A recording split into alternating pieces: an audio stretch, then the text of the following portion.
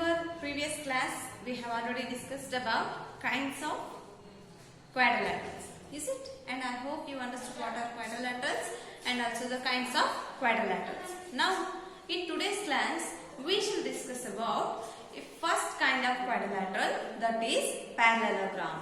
They have given only about the parallelogram in your textbook. Okay, what they have given? They have given what is parallelogram and elements of parallelogram and also properties of parallelogram. First thing, what is parallelogram? As I have already told you in a previous class, what is parallelogram means? Here, parallel, the word itself refers, it is parallel in nature, is it? So parallelogram means a quadrilateral in which it is having two set of parallel lines which are opposite in nature. You just see, this is one set, above and below, and sideways is another set. It is having two set of parallel lines. They are bounded by straight lines and it forms a quadrilateral called parallelogram. Okay. Now, elements of parallelogram. What are the elements of parallelogram? Yes, first thing, opposite sides, opposite angles, adjacent sides and adjacent angles. You already know that. What are opposite sides? Is it? Whenever we are playing something, then we are saying that you just stand opposite of me. Is it? Opposite means in front of one each other, facing face to face. Is it? Here, opposite sides means DC.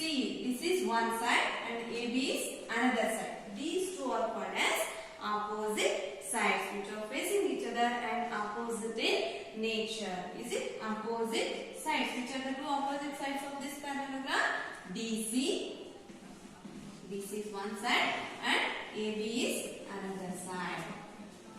Okay? AB is opposite to DC. These two are called opposite sides.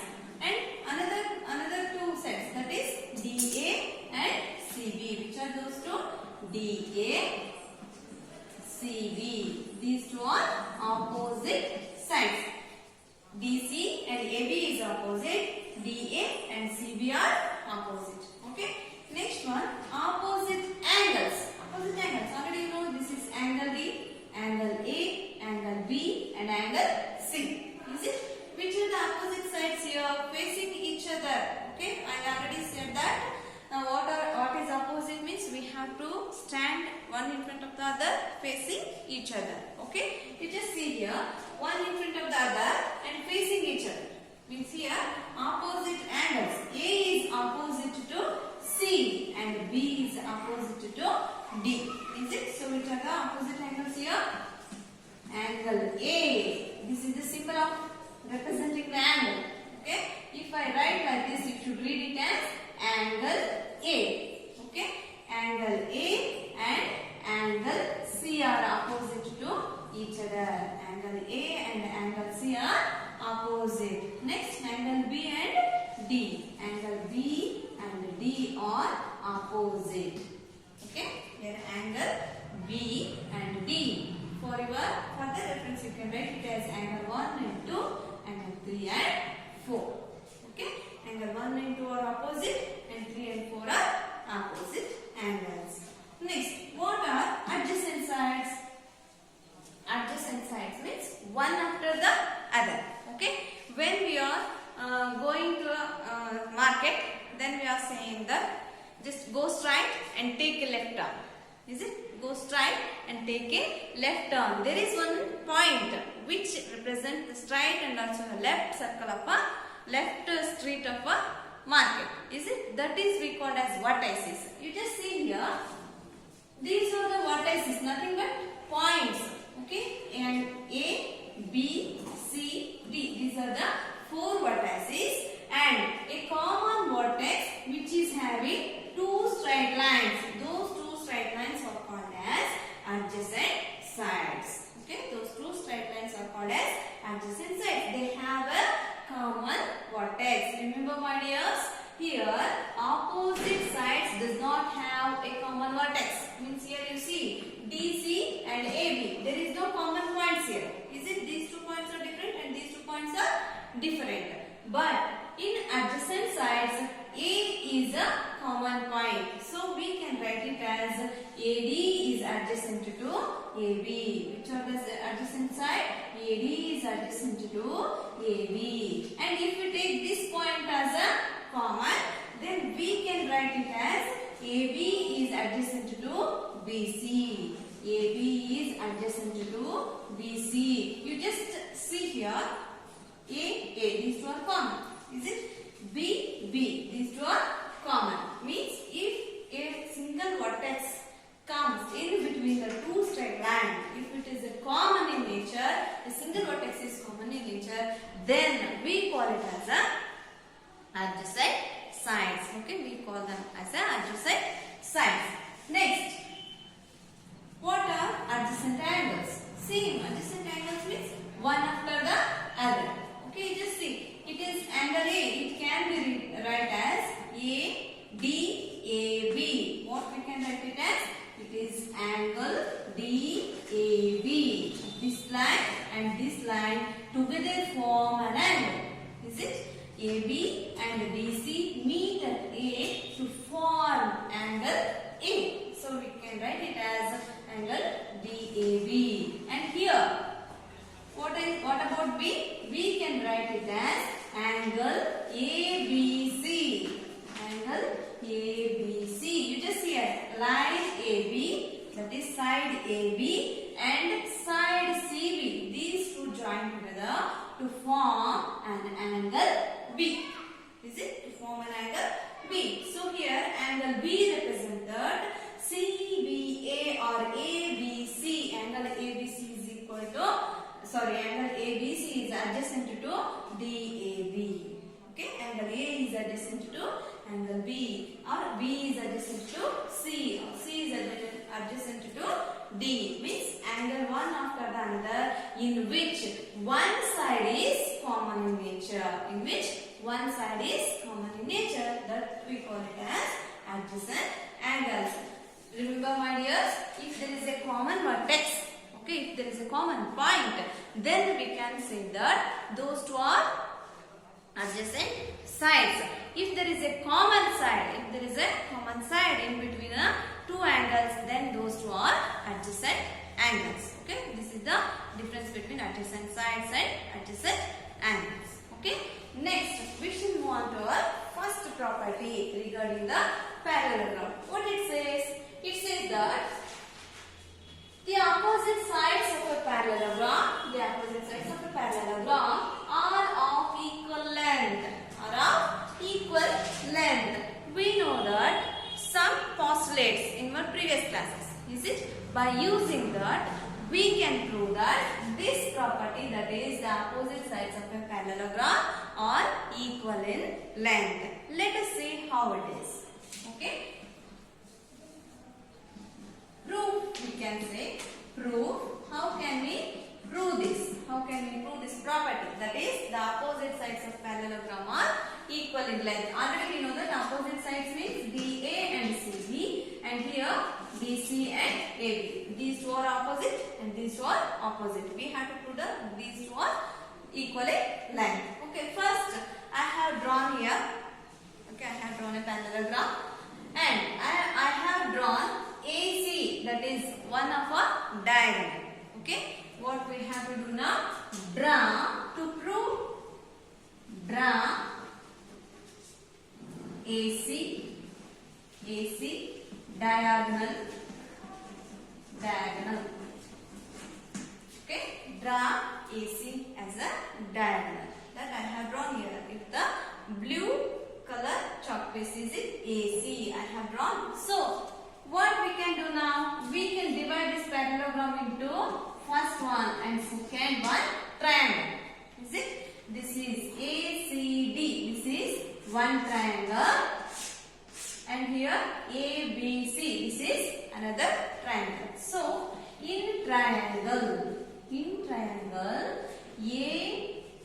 ACD and triangle ABC.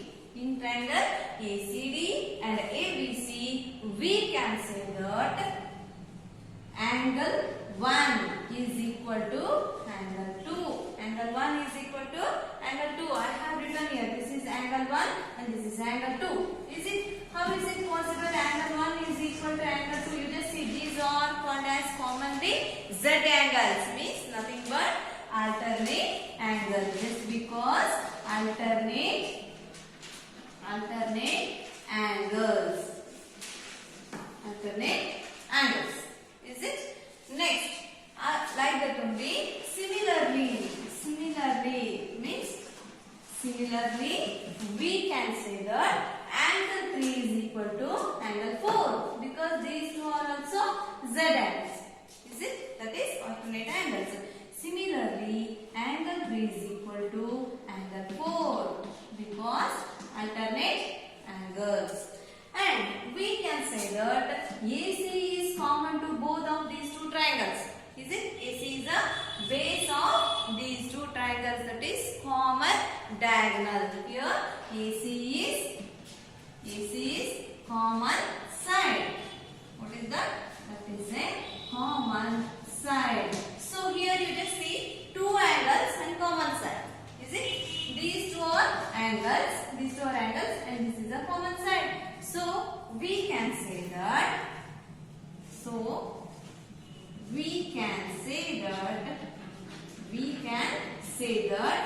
by which?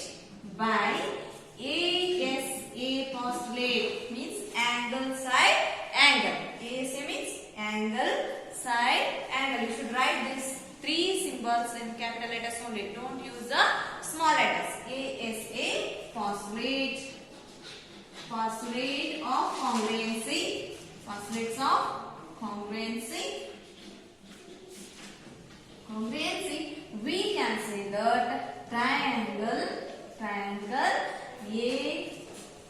ACD is congruent to triangle ABC. Means if these two triangles are congruent, definitely their sides are equal. So we can say that opposite sides are equal here. So AD is equal to BC and DC is equal to AB. DC is equal to AB. Okay. This is about our first property. This is about our first property of a parallelogram. Once again, I will repeat it, my dears. Just observe it clearly. It is very important for your exam also. You just see first property, and regarding this property, you have to solve some problems in your exercise. Okay? So beware of this. The opposite sides of a parallelogram are of equal length. Okay? I have drawn one parallelogram A, B, C, D. Okay? And I have drawn AC as a diagonal for the reference. And then angle 1, angle 2, angle 3, angle 4. Now, you have to look about the proof. What I have written first, draw AC as a diagonal. So, here AC is a diagonal which I have drawn with the blue chalk piece. You can observe it. Okay? In triangle ACD and ABC, means in triangle ACD, this is one triangle and this is another triangle. In these two, we can say that angle 1 is equal to angle 2 because this is a Z angle. These two forms Z angles, means alternate angles. Okay, alternate angles. Similarly, 3 and 4 are alternate angles like this.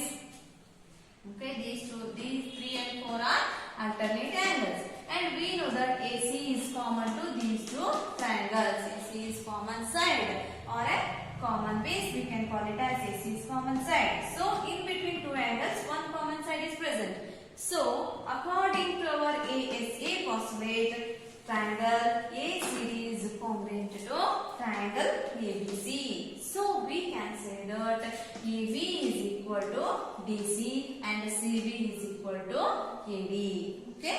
AB is equal to DC and AB is equal to DC and CB is equal to DA. Means here opposite sides are equal in length. Okay? is all about our today's class, and in next class we shall discuss about second property of a parallelogram, which is regarding with the angles of a parallelogram.